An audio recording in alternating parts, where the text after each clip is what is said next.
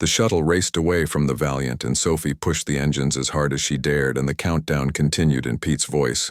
calling out the seconds remaining, and Jake sat strapped into his seat watching the derelict ship grow smaller through the viewport, and he clutched the data chip Kelly had given him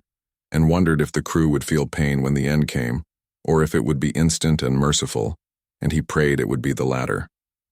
Tony monitored the sensor readings and reported that the power core was building toward critical mass exactly as planned, and the quantum field around the ship was beginning to fluctuate wildly, and Lisa said her medical scanner was detecting massive spikes in quantum activity, and she thought the crew was gathering together, somehow pulling their scattered quantum states back toward a central point, and Pete said that made sense because the collapse of the field would pull everything inward before it ended. The final seconds ticked down, and Pete called out 10 and then 9, and Jake held his breath, and Sophie angled the shuttle to give them the best view, and at 0, there was a blinding flash of light that erupted from the Valiant, and the explosion didn't expand outward like a normal blast, but instead seemed to fold in on itself, and colors that shouldn't exist bled into the darkness of space, and the ship crumpled and compressed and collapsed into a point of impossible brightness. The Horizon's Edge sensors screamed warnings and alarms, and the science station registered energy readings that exceeded anything in the database, and Kyle's voice came over the comm demanding to know what was happening, and Jake couldn't answer because he was mesmerized by what he was seeing. And the point of light that had been the Valiant hung in space like a tiny star, and then it began to spread and unfold, but not in any physical direction. And Sophie said quietly that it was spreading through time, not space. For just a moment, reality seemed to ripple, and Jake felt a sensation like falling,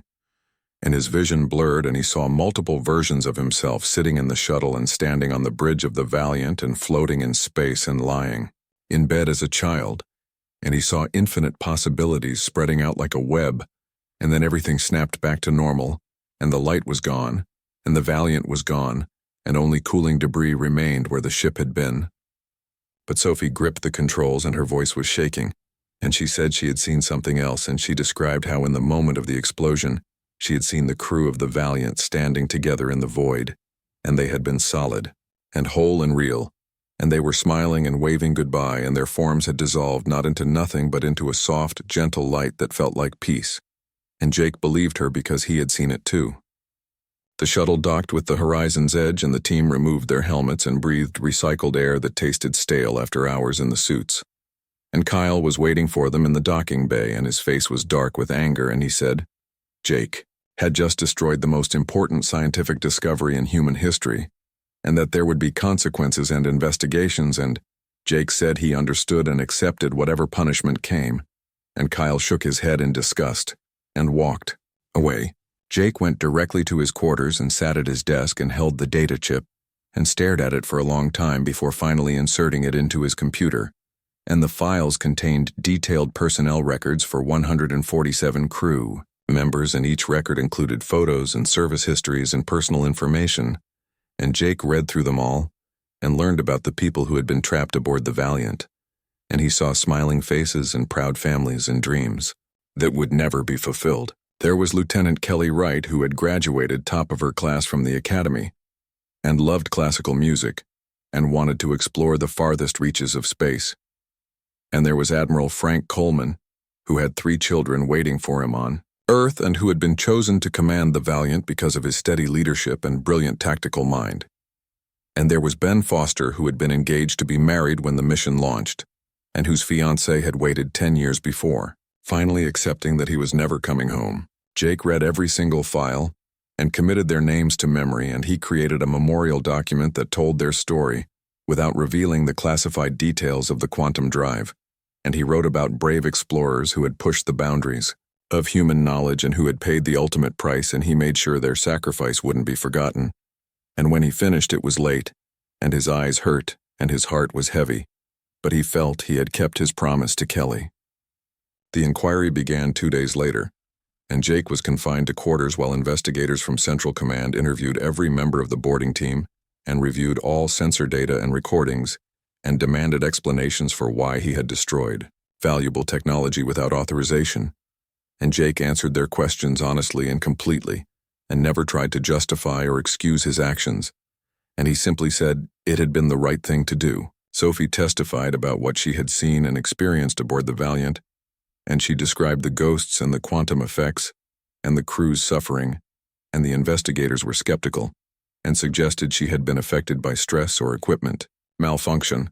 and Sophie remained calm and insisted she knew what she had witnessed, and Tony backed up her testimony, and so did Lisa and Pete, and all of them stood together and refused to change their stories. The investigators brought in quantum physicists and military analysts, and they studied the sensor data from the Valiant's destruction, and the readings from the quantum field, and Pete's recordings of the ship's systems, and the experts agreed that something extraordinary had occurred, but they were divided on what it meant.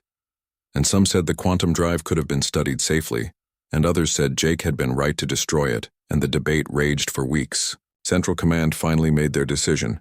and Jake was called before a review board, and the admiral in charge was a stern woman named Patricia Green, and she read the findings in a flat, emotionless voice, and said that Captain Jake Morrison had exceeded his authority and destroyed technology of immense strategic value, and had ignored direct orders from his superior officer, and the penalty for such actions was typically removal from command and possible criminal charges. But Admiral Green continued and said that the board had also considered the testimony about conditions aboard the Valiant, and the suffering of the crew, and the warnings from Admiral Coleman, and after extensive debate, they had concluded that, while Jake's actions were technically improper, they had been made in good faith under extraordinary circumstances, and therefore he would receive an official reprimand and be reassigned to training duties, but would not face court-martial or criminal prosecution. Jake accepted the judgment without complaint, and Kyle was promoted to captain of the Horizon's Edge, and the boarding team was split up and sent to different assignments, and Jake found himself teaching cadets at the academy, and his career advancement was finished, but he wore his new position without bitterness because he knew he had made the right choice, and he could sleep at night knowing the crew of the Valiant was finally at peace. Sophie was promoted to first officer on a survey vessel, and Tony became head of security at a frontier station, and Lisa went to work at a research hospital, and Pete joined the team designing new exploration ships, and they stayed in touch through messages and occasional visits, and they never spoke publicly about what they had seen aboard the Valiant.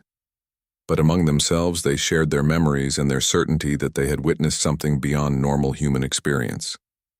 Jake spent his evenings working on a comprehensive history of the Valiant, and he compiled all the data from Kelly's chip, and combined it with the Admiral's message and the crew's log entries and his own observations, and he created a document that honored the crew's memory while warning future generations about the dangers of pushing too far too fast, and he submitted it to the military archives where it was immediately classified, but he made sure copies existed in places where they couldn't be completely buried. Years passed, and Jake grew comfortable in his teaching role, and he found he enjoyed working with young officers and helping them understand not just the technical aspects of space exploration, but the ethical dimensions and the responsibility that came with command, and he always included a section in his courses about making difficult decisions and choosing mercy over ambition, and his students never knew he was teaching them lessons learned aboard a ghost ship. One day he received a message from Sophie saying she was returning to the Kepler 442 system on a routine survey mission, and asking if he wanted any specific data collected from the area where the Valiant had been, and Jake said yes, and gave her precise coordinates and asked her to scan for quantum anomalies, and Sophie promised she would, and several weeks later she sent him the results. The debris field from the Valiant had dispersed and scattered across thousands of kilometers, and normal space had reasserted itself. But Sophie's sensors detected brief quantum fluctuations that appeared and disappeared randomly, and they were faint and harmless, but they were there, and she said it felt like the crew was still present somehow, and no longer trapped but free to move through time and space as they chose. The years continued to pass, and Jake found a quiet satisfaction in his work at the academy, and the cadets who graduated from his classes carried with them lessons about ethics and responsibility that would shape their decisions throughout their careers, and he never told them the full story of the Valiant, but he taught them to value human life above technological advancement, and to understand that some doors should remain closed, no matter how tempting it was to open them. Sophie became captain of her own vessel, and she made a point of training her crew in the same principles Jake had taught her, and when faced with difficult decisions, she would remember standing on the bridge of the Valiant surrounded by ghosts, and she would choose compassion over expedience, and her crew respected her for it and followed her example, and the influence of that single encounter aboard the derelict ship rippled outward through time, affecting hundreds of people who never knew where it originated. The memorial Jake had created was finally declassified after a decade, and it was published in academic journals and military histories, and the crew of the Valiant became known not as failures or cautionary tales, but as pioneers who had explored the very edges of possibility, and the names that Jake had memorized from Kelly's data chip were carved into a monument at the academy, and every year new cadets stood before it and learned about the price of exploration. Jake received messages from family members of the Valiant crew, and they thanked him for honoring their loved ones and for giving them closure after so many years of not knowing what had happened. And one woman wrote that her grandmother had been Admiral Coleman's daughter, and she had grown up hearing stories about her grandfather, who had vanished on a secret mission, and now she finally understood what had happened, and she was grateful that he had found peace. The quantum drive research continued under strict supervision, and scientists developed new safety protocols based on what had been learned from the Valiant, and they made breakthroughs in understanding quantum mechanics and space-time, but they proceeded slowly and carefully and never forgot the warning that Admiral Coleman had left behind, and humanity's path to the stars was longer because of that caution, but it was also safer. Jake retired from the academy after 20 years of teaching, and he moved to a small colony world where the sky was clear, and he could see the stars every night, and he built a garden and wrote his memoirs, and spent his days in peaceful contemplation. And sometimes when he sat outside in the evening, he felt a presence near him, and it was comforting rather than frightening, and he would speak aloud to the ghosts and tell them about the world they had helped protect. Sophie came to visit him during her leave, and they were both older now with gray hair and lined faces, but their friendship had deepened over the years, and they sat in Jake's garden and drank tea and talked about everything and nothing, and eventually, Sophie asked if he ever wondered what would have happened if he had made a different choice and brought back the quantum drive instead of destroying it. Jake considered the question carefully and said he thought about it sometimes, and in his imagination, he saw a future where scientists had studied the drive and built more ships, and where hundreds or thousands of people had been trapped in quantum prisons and suffering for eternity. And he said he had seen enough pain aboard the Valiant to know that some knowledge came at too high a cost, and he was content with his choice. They talked late into the night, and Sophie told him about her travels and the strange things she had seen in the far reaches of space, and she said the universe was full of mysteries and wonders, but also dangers, and the Valiant had taught her to approach the unknown with both courage and humility. And Jake agreed and said that was perhaps the most important lesson anyone could learn. Tony visited a few months later, and he had retired from security work and was writing a book about his experiences, and he asked Jake for permission to include the story of the Valiant, and Jake said yes, but asked him to handle it with respect. And Tony promised he would, and his book, when it was published, became a bestseller and introduced a new generation to the crew's sacrifice and the ethical questions surrounding advanced technology. Lisa sent regular updates about her work at the research hospital, and she had become an expert in quantum biology and was studying how quantum effects influenced human consciousness and health. And she said her time aboard the Valiant had inspired her research and given her insights that other scientists couldn't access, and she believed she was close to breakthroughs that would help millions of people. Pete had risen to become chief designer for humanity's exploration fleet, and he made sure every new ship included safety systems inspired by the lessons of the Valiant, and he consulted with Jake regularly about ethical considerations in ship design, and together they created guidelines that balanced innovation with responsibility. And Pete said he felt like he was continuing the work the Valiant's crew had started. Jake received an unexpected visitor one evening, and it was Commander Kyle, who had been promoted to Admiral and was now in charge of the entire exploration division. And Kyle sat in the garden and looked uncomfortable, and finally admitted that he had been wrong about the Valiant and that Jake had made the right decision, and he said it had taken him years to understand, but he finally did, and he asked for forgiveness. Jake poured Kyle a drink and said there was nothing to forgive, and they had both been trying to do what they thought was right, and the circumstances had been extraordinary and impossible, and no one could have known the perfect answer. And Kyle relaxed, and they talked for hours about their careers and their regrets and their hopes for humanity's future. And when Kyle left, they shook hands as friends. The anniversary of the Valiant's destruction came around again, and Jake prepared his usual private toast, but this year he decided to do something different, and he contacted Sophie and Tony and Lisa and Pete and invited them all to visit, and they came from across the galaxy to gather in his garden, and together they raised their glasses to the crew of the Valiant and spoke the names aloud, one by one, all 147 of them.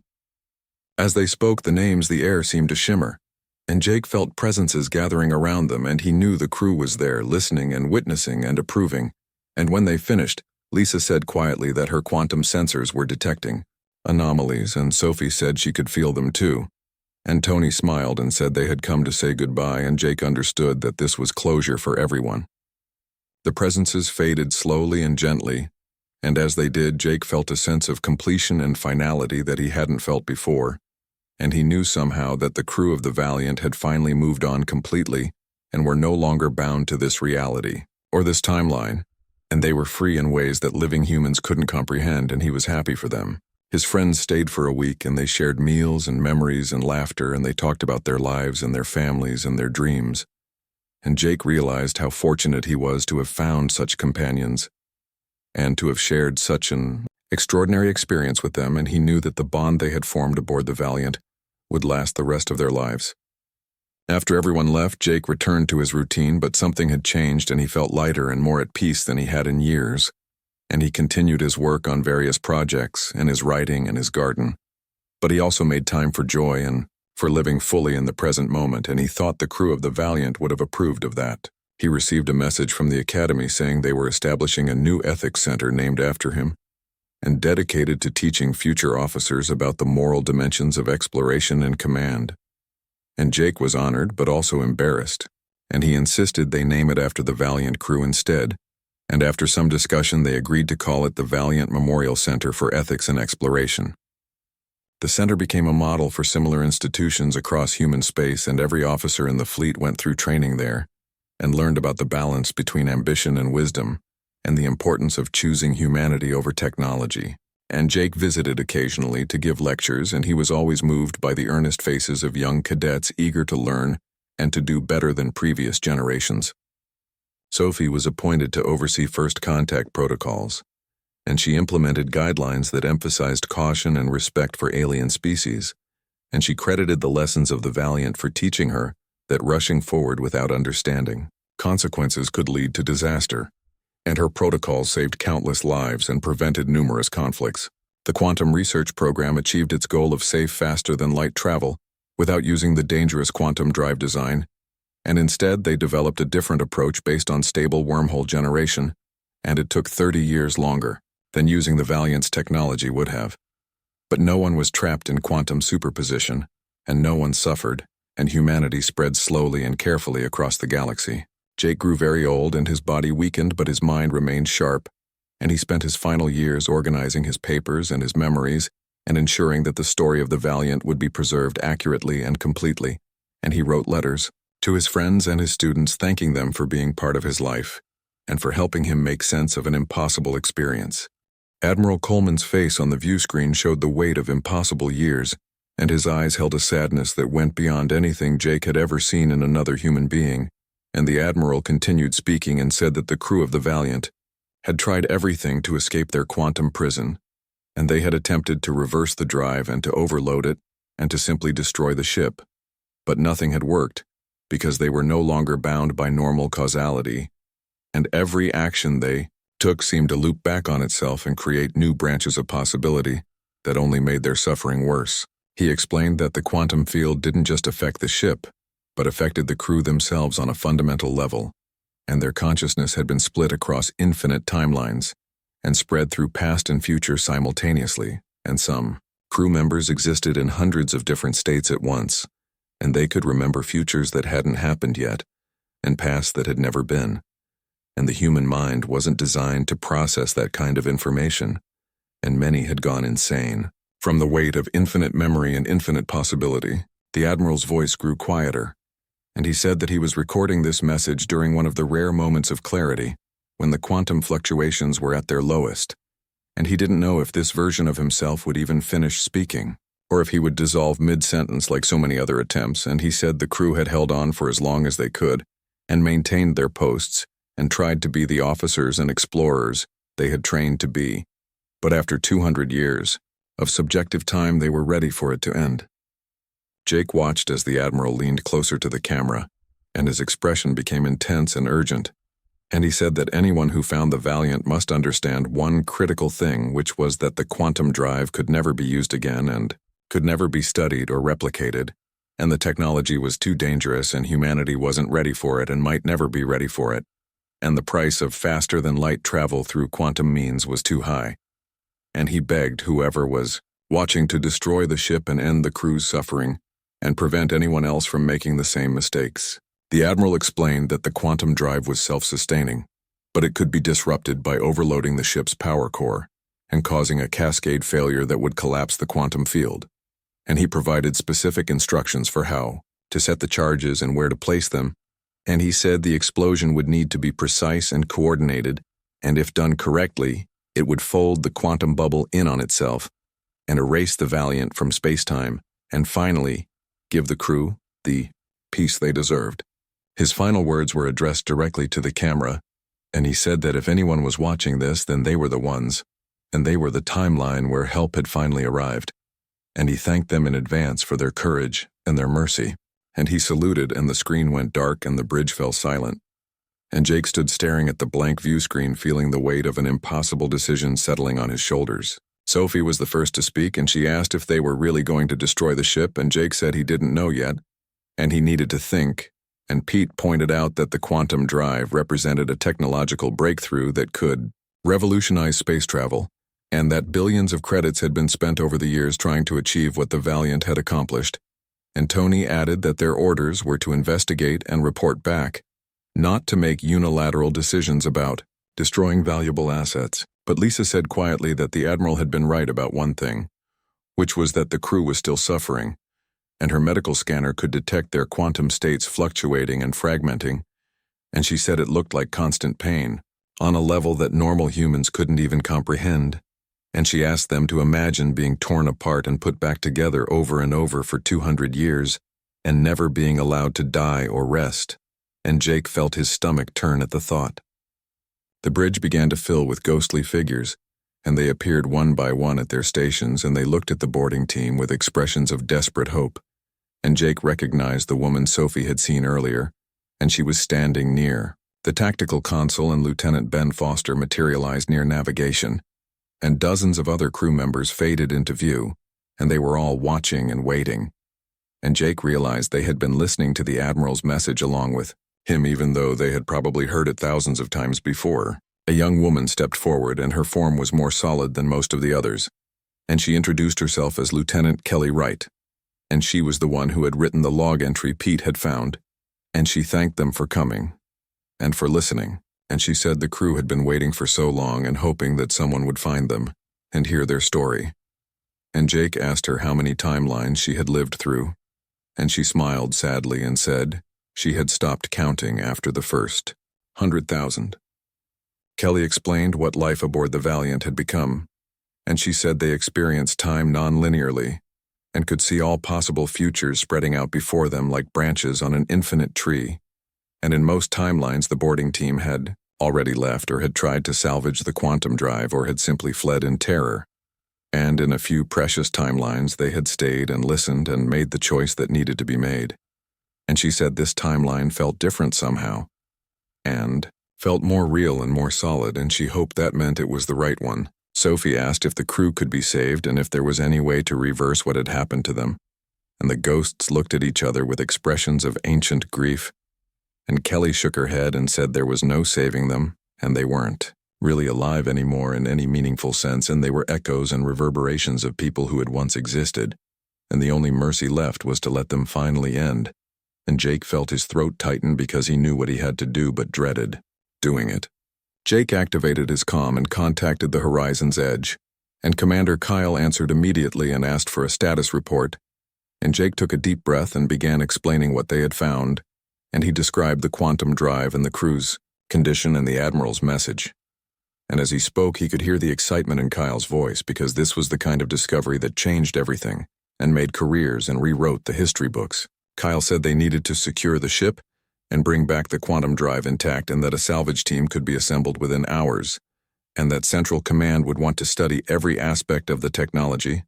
And Jake said he understood, but that the Admiral had specifically warned against that. And Kyle laughed and said the Admiral had been trapped in a quantum nightmare for 200 years, and probably wasn't thinking clearly, and that modern science might be able to fix what had gone wrong and rescue the crew instead of destroying them. Jake looked at the ghosts surrounding him and saw the fear and resignation in their faces, and he thought about what Kelly had said about living through hundreds of thousands of timelines, and he imagined scientists poking and prodding at the quantum drive trying to understand it, while the crew remained trapped and suffering, and he made a decision that would likely end his career. But he knew it was the right one, and he told Kyle that they were going to destroy the ship. And Kyle's voice exploded through the comm, demanding to know what Jake thought he was doing. The argument lasted for several minutes, and Kyle threatened court-martial and criminal charges, and said Jake was throwing away the opportunity of a lifetime, and that he would personally see to it that Jake never commanded another ship. And Jake listened to all of it calmly and then said his decision was final, and he was invoking his authority as mission commander, and the crew of the Valiant deserved peace, not further experimentation. And Kyle fell silent, and then said coldly that Jake would regret this, and the comm went dead. Tony asked if Jake was sure about this, and Jake nodded, and said he had never been more sure of anything in his life. And he turned to the ghosts and asked them what needed to be done, and Admiral Coleman's ghost materialized near the command chair, and he looked younger somehow and more at peace, and he said he had known Jake would make the right choice, because he had seen it happen before in other timelines, and now all they needed to do was follow through. Pete pulled up the Admiral's instructions and began studying them, and said they would need to place explosive charges at 7 key points throughout the ship and overload the power core in a specific sequence,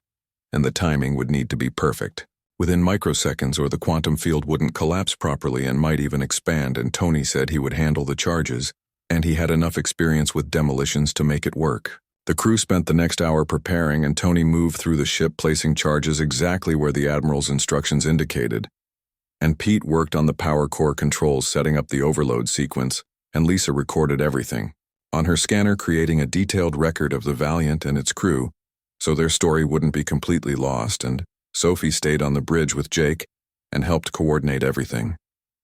The ghosts watched them work, and some helped by pointing out where systems were located or warning them about unstable sections of the ship. And Jake was struck by how calm they all seemed, and how Sophie stood frozen in the corridor, staring at the empty space where the woman had been,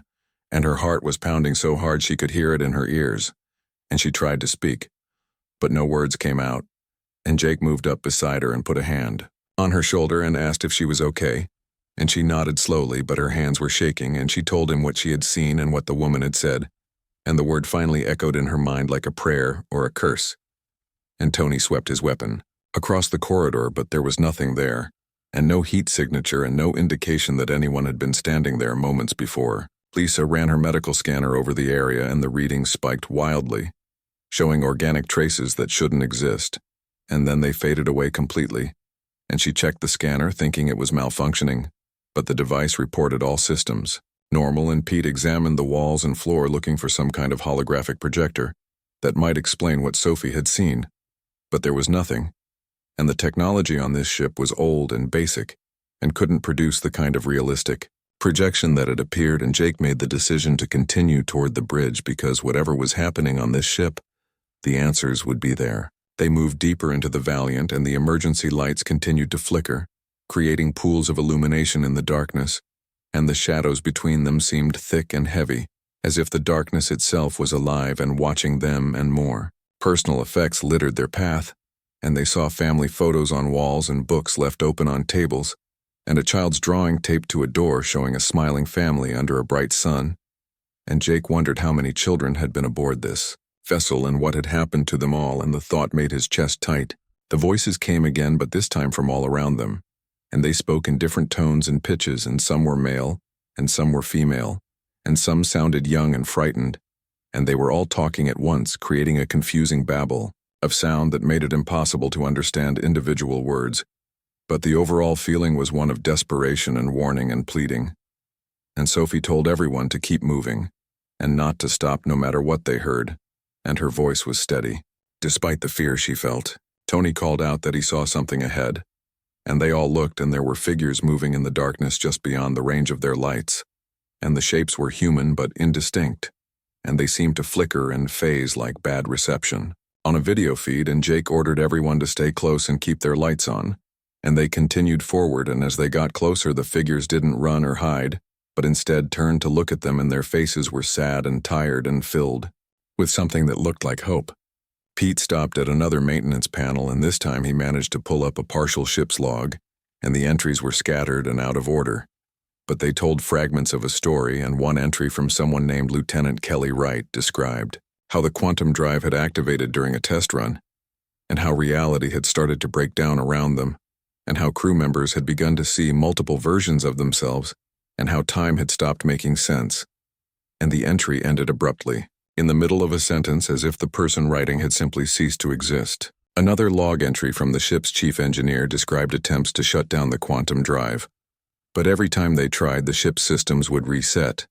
and they would find themselves back at the beginning of the same day. And he wrote about crew members who had stopped eating because they remembered eating the same meal hundreds of times,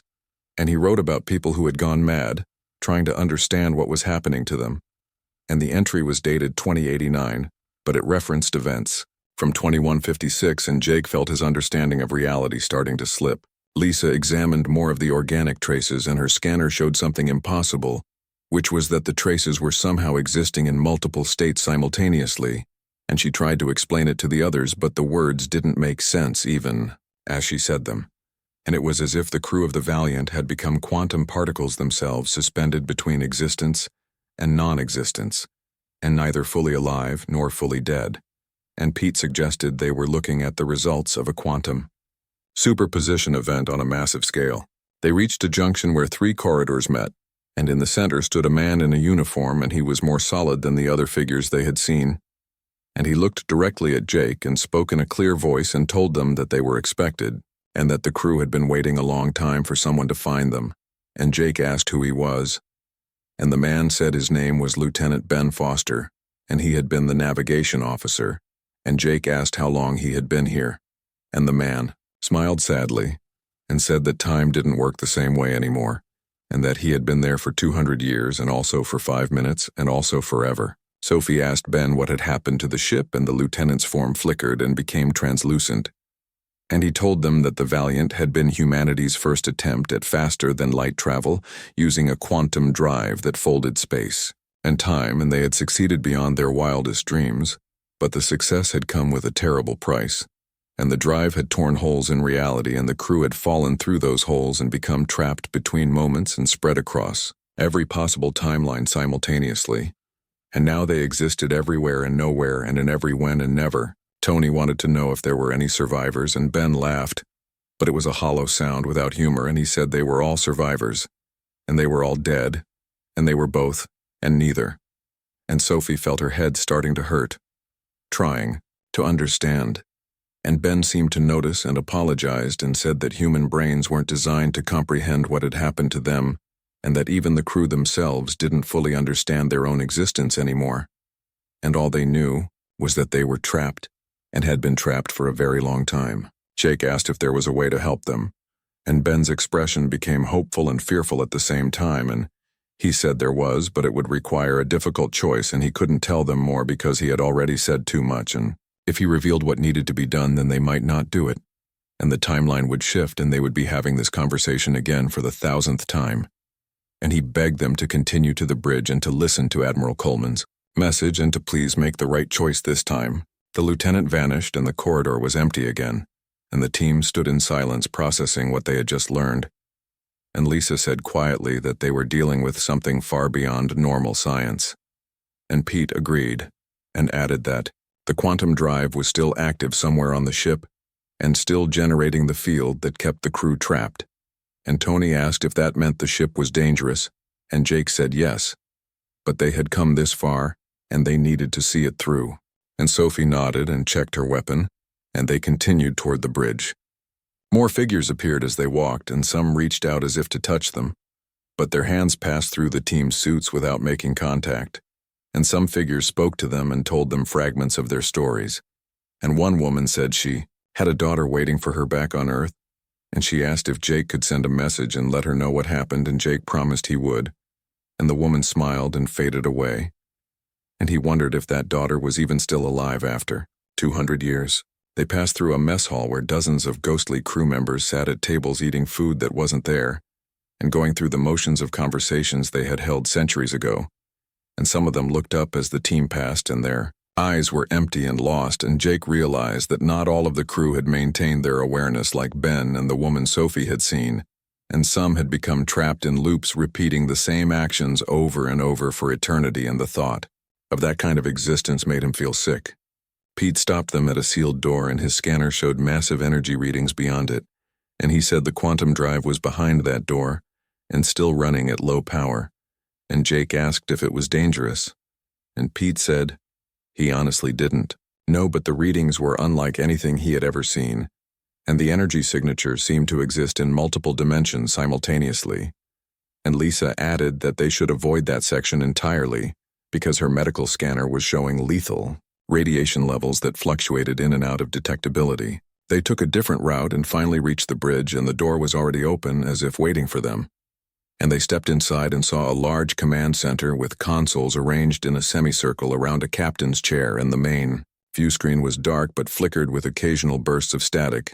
And Jake walked to the command console, and Pete moved to an engineering station and began trying to access the ship's main computer, and after several minutes of work, the lights came on and the view screen blazed to life. What appeared on the screen was a pre-recorded message, and it showed a man in an admiral's uniform, and his face was lined with exhaustion and grief, and he identified himself as Admiral Frank Coleman, and he said this message was for whoever found the Valiant, and he hoped it would serve as both an explanation and a warning. And Jake signaled for everyone to be quiet, and they gathered around to watch and listen. The darkness of space stretched endlessly in all directions as the exploration vessel Horizon's Edge moved slowly through the Kepler 442 system, and Captain Jake Morrison stood at the bridge watching the screens with tired eyes because they had been mapping this sector for 3 months now, and finding nothing but rocks and ice until today, when everything changed. And Lieutenant Sophie Barnes called out from her station that she was picking up something unusual in the debris field ahead, and her voice carried a note of excitement that made everyone on the bridge look up from their work and pay attention to what she was saying. Jake walked over to her console and leaned down to see what had caught her interest, and the display showed a faint energy signature coming from deep within an asteroid cluster, and it was weak, but definitely artificial, and definitely not something that should be out here in this forgotten corner of space. And Sophie ran the signal through the computer trying to identify its source, and when the results came back, her face went pale, and she looked up at Jake with wide eyes and told him that the signature matched human technology, but it was old and very old, and the pattern didn't match anything in their current database of active vessels. Commander Kyle Hayes came over to join them, and he was a tall man with gray hair and a cautious nature, and he studied the readings carefully before suggesting they proceed with extreme care because anything that old floating out here could be dangerous or unstable. And Jake nodded in agreement, but he felt a pull of curiosity that he couldn't ignore, because finding any human vessel this far out was unusual, but finding one that predated their records was almost impossible. And he ordered Sophie to plot a course toward the signal,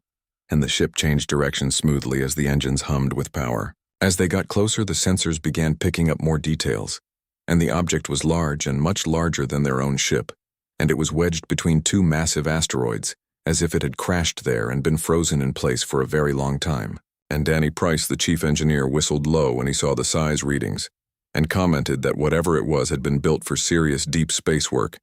and Lieutenant Meg Sullivan, the science officer, was already running spectral analysis on the hull composition, and she reported that the metal alloys were consistent with late 21st century manufacturing, which should have been impossible because humanity hadn't reached this sector until almost 100 years later. The main view screen flickered and then displayed a magnified image of the derelict, and Jake felt his breath catch in his throat because the ship was beautiful in a strange and haunting way, and its design was sleek and powerful with lines that looked both familiar and alien at the same time, and the hull was scarred with blast marks and impact craters telling a story of violence and battle. But what made everyone on the bridge go silent was the name they could barely make out on the side of the vessel, and it read USCS Valiant in faded letters that had somehow survived the centuries. Kyle immediately pulled up the historical database and searched for any reference to a ship called Valiant, and what he found made no sense because there were records of a proposed vessel with that name from the 2080s, but it had never been built, and the design had been scrapped in favor of smaller and more economical ships. And yet here it was floating in front of them, solid and real and impossible. And Jake stared at the screen trying to make sense of what he was seeing, and knowing that he couldn't just walk away from this mystery no matter how strange it seemed. Sophie suggested it might be some kind of elaborate hoax, but Meg shook her head and pointed out that nobody would go through the trouble of building a fake ship this size and dragging it out to the middle of nowhere just to fool passing explorers. And Danny agreed and added that the damage to the hull looked genuine and old, and the way the ship was wedged into the asteroids suggested it had been there for a very long time, and Kyle voiced what they were all thinking, which was that they might be looking at some kind of classified military project that had gone wrong and been covered up by erasing it from the official records. Jake made his decision quickly because he knew that if they reported this and waited for orders from Central Command, it would be months before anyone arrived, and by then some corporate salvage team might stumble across the Valiant and strip it for parts, and whatever secrets it held would be lost forever. And he announced that they would board the Derelict and investigate. And Kyle started to protest, but Jake cut him off and said this was his call as captain, and he would take full responsibility for whatever they found, and the commander reluctantly nodded and began organizing the boarding party. The team assembled in the launch bay within the hour, and Jake insisted on leading it himself, despite Kyle's objections, and Sophie volunteered immediately, and so did Tony Graham, the security officer, who was a stocky man with sharp eyes and quick reflexes, and Dr. Lisa Carter, the medical officer, joined them because she wanted to check for any biological hazards, and Pete Dixon, the engineer, came along to assess the ship's systems and see if they could access any of its computers, and they all suited up in their EVA gear, checking seals and oxygen levels and equipment, and Jake felt a strange mix of excitement and unease as he watched his team prepare. The shuttle detached from the horizon's edge and moved toward the Valiant, and as they got closer, the true scale of the Derelict became apparent, and it was easily twice the size of their own ship, and its design was more advanced than anything Jake had seen from that era, and Sophie piloted them carefully around the hull looking for an intact airlock, and they found one near the stern that looked functional, and Pete studied it through the shuttle's cameras and said he thought he could get it open. And they maneuvered into position and extended the docking collar, and there was a hiss and a clunk as the two ships connected. Pete worked on the external controls for several minutes, and everyone waited in tense silence, and then the airlock door groaned and began to slide open, and the sound was loud in their helmets, and very slow, as if the mechanisms were fighting against centuries of disuse and cold vacuum, and when the door finally opened completely, they saw only darkness beyond, and Jake switched on his helmet light, and the beam cut through the black, revealing a corridor that stretched away into the depths of the ship. They moved through the airlock one by one, and their boots made soft sounds on the metal deck, and the gravity generators were still working, which surprised everyone, and pulled them gently down, and emergency lighting flickered on in some sections, casting long shadows that seemed to move and shift, and Sophie took point with her weapon ready, and Tony covered the rear, and they began moving deeper into the ship, and the air felt wrong even through their suits, and Lisa's scanner was picking up strange readings that made her frown. The corridor was pristine in places and destroyed in others, and it looked like reality itself had torn through sections of the ship, leaving jagged edges that didn't make physical sense, and they passed crew quarters where personal items were scattered, as if people had simply vanished in the middle of their daily routines, and a coffee mug sat on a console frozen solid, and a child's toy lay abandoned on the floor, and Jake wondered what had happened to the crew, and where they had gone, and why. This ship even existed when it shouldn't. Pete found a maintenance panel and tried to access the ship's computer systems, and the data that came through was corrupted and fragmented, showing dates that made no sense, jumping from 2089 to 2157 to 1998 to 2340, all mixed together like someone had shuffled time itself, and Lisa's medical scanner kept detecting organic matter throughout the ship, but the readings would appear and disappear and phase in and out, as if whatever she was detecting wasn't quite solid or real. Then they heard the voices and everyone froze and listened, and the sounds were distant and echoing and hard to make out. But they were definitely human voices speaking in hushed tones, somewhere deeper in the ship. And Jake ordered everyone to hold position and be ready for anything. And the voices grew clearer as they listened, and what they heard made no sense, because the voices were talking about them and describing their approach and predicting their movements before they made them. And Sophie looked at Jake with fear in her eyes. Jake signaled for them to continue forward, and they moved slowly and carefully, and the voices grew louder. And Tony kept his weapon raised and ready, and they rounded a corner, and Sophie came face to face with a woman, and the woman wore an old military uniform, and her eyes were hollow but aware. And she looked at Sophie with infinite sadness and smiled, and spoke one word, which was finally, and then she vanished like smoke and left nothing but cold air and a feeling of profound loss that seemed to seep into their bones. And Jake knew in that moment that they had found something far stranger and more terrible than a simple derelict ship.